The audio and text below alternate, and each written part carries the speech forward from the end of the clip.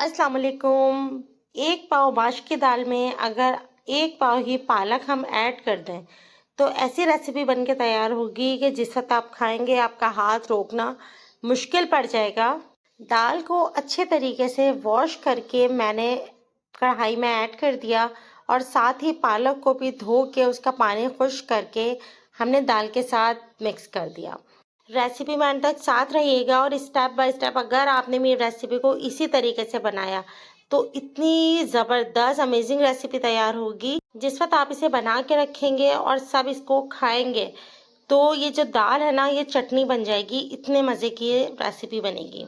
1 teaspoon red chilli powder, half teaspoon हल्दी, ये add करने के बाद 1 टेबलस्पून जिंजर गार्लिक पेस्ट ये ऐड कर दिया।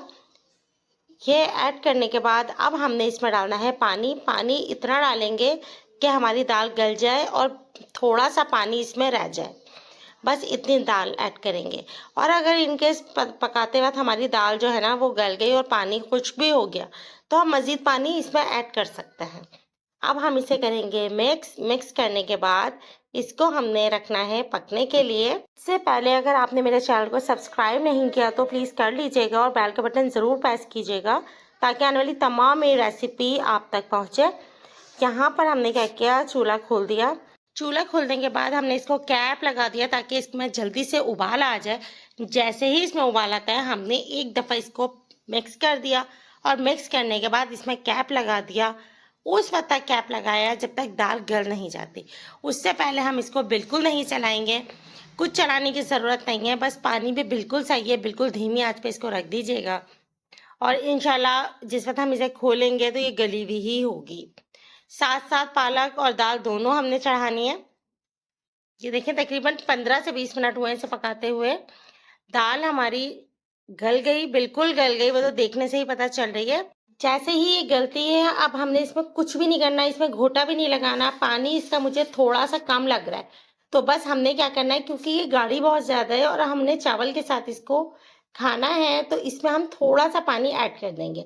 आप अपने जिस वक्त दाल में पानी हो तो ऐड नहीं कीजिएगा और अगर कम हो तो ऐड कर लीजिएगा। मगर उससे पहले इसमें मैंने 1 टीस्पून सॉल्ट ऐड करना है। 1 टीस्पून सॉल्ट ऐड करने के बाद मिक्स कर लिया और मिक्स करने के बाद हमने इसमें तकरीबन आधा कप के करीब पानी ऐड कर दिया। आप दाल का गाढ़ापन चेक कर लें, हल्का सा इसमें पानी है और दाल गाढ़ी गाढ़ी सी हमें नज़र आ रही है, लेकिन इसमें पानी पानी जैसा ही नज़र आ रहा है। तो इसको गाढ़ा करने के लिए हमने बहुत ही अहम टिप है जो कि हमने इसमें इस्तेमाल करना है। गेहूं का आटा यहाँ मैंने लिया है तकरीबन 3 टेबलस्पून। गेहूं का आटा ऐड करने के बाद अब हम इसमें डाल देंगे तकरीबन आधा कप पानी। आधा कप पानी या 1 कप पानी वो आप देख लीजिएगा जिस वक्त इस मुझे रनी सा एक वो चाहिए, बैटर चाहिए। बस इसी हिसाब से अब हमने इसकी सारी गुठलियाँ निकाल लेनी है और इसको स्मूथ सा पेस्ट बना लेना है।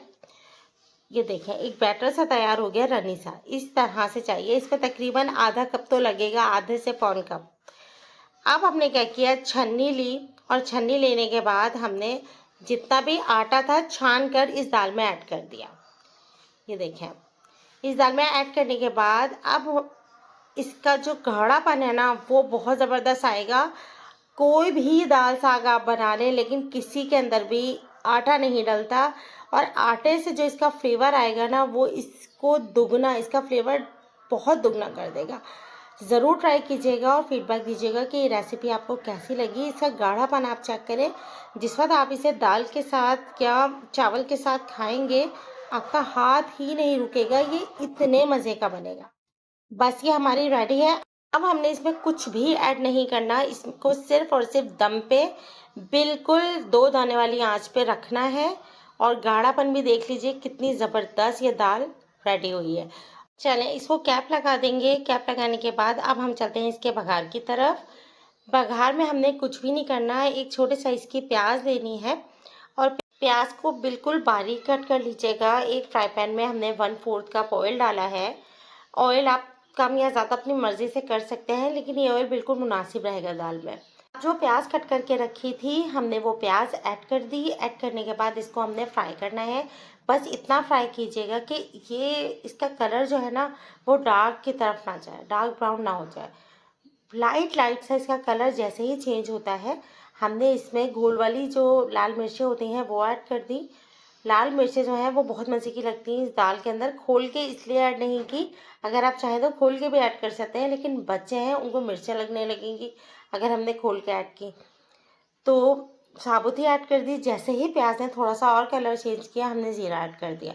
ज़ीरा हम पहले ऐड नहीं करेंगे, जैसे अगर हम ज़ीरा ऐड करते हैं तो पता है क्या होगा, ज़ीरा काला हो जाएगा, इसलिए हम बिल्कुल लास्ट में ज़ीरा ऐड करेंगे। और प्याज बघार हमने साइड पे कर दिया, और दाल जैसे ही चूल्हे से उतारी और बघार हमने इसमें डाल दिया। दाल रेडी है, चावल के साथ इसे सर्व करें। ये बहुत मज़े की दाल बनके तैयार होती है, और इतने मज़े की बनेगी, जितनी भी दालें अब तक बनती चली आई हैं ना, सबसे ज़्यादा इसका जायका मुख्तलिफ है। ज़रूर ट्राई कीजिएगा और फीडबैक दीजिएगा कि ये रेसिपी आपको कैसी लगी। इंशाल्लाह नेक्स्ट रेसिपी में मिलेंगे। अल्लाह हाफ़िज़।